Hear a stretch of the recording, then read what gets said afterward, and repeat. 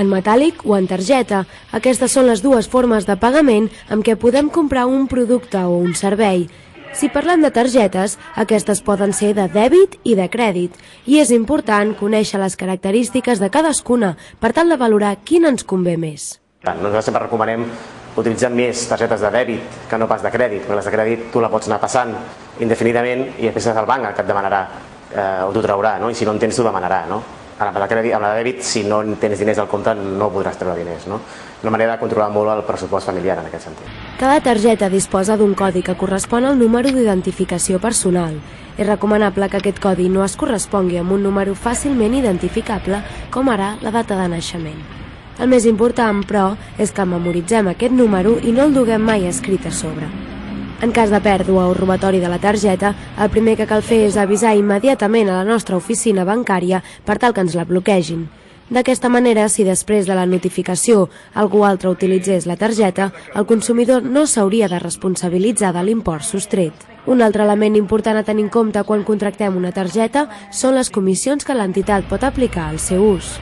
Les tarifes o preus de les comissions bancàries són lliures, però sempre han de respondre als serveis sol·licitats o acceptats pel client i efectivament prestats. Les tarifes de comissions, excepte les comissions per serveis de pagament, han d'aparèixer en un fulletó redactat de manera clara i fàcilment comprensible.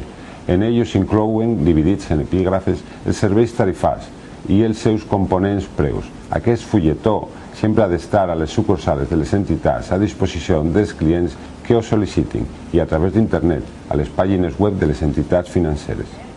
Tenir una targeta bancària comporta drets i deures, tant per l'emissor com pel titular i fins i tot per l'establiment on s'utilitza aquesta targeta. Per exemple, l'emissor ha de portar un control de les operacions que realitzem i ens n'han d'enviar un extracte detallat periòdicament. A més, no pot enviar-nos una targeta que no haguem sol·licitat i ha de respectar totes les condicions establertes en el contracte. És bo saber també que si no volem que ens cobrin un import perquè el considerem inadequat per algun motiu, el titular pot demanar al banc que no permeti aquest cobrament, congelant així la transacció. Per altra banda, el titular ha de pagar les comissions i els interessos estipulats en el contracte. I per últim, els establiments han d'acceptar la targeta bancària si així ho anuncien i han de comprovar també que el titular de la targeta és la persona que l'està utilitzant, confirmant les dades amb les del carnet d'identitat.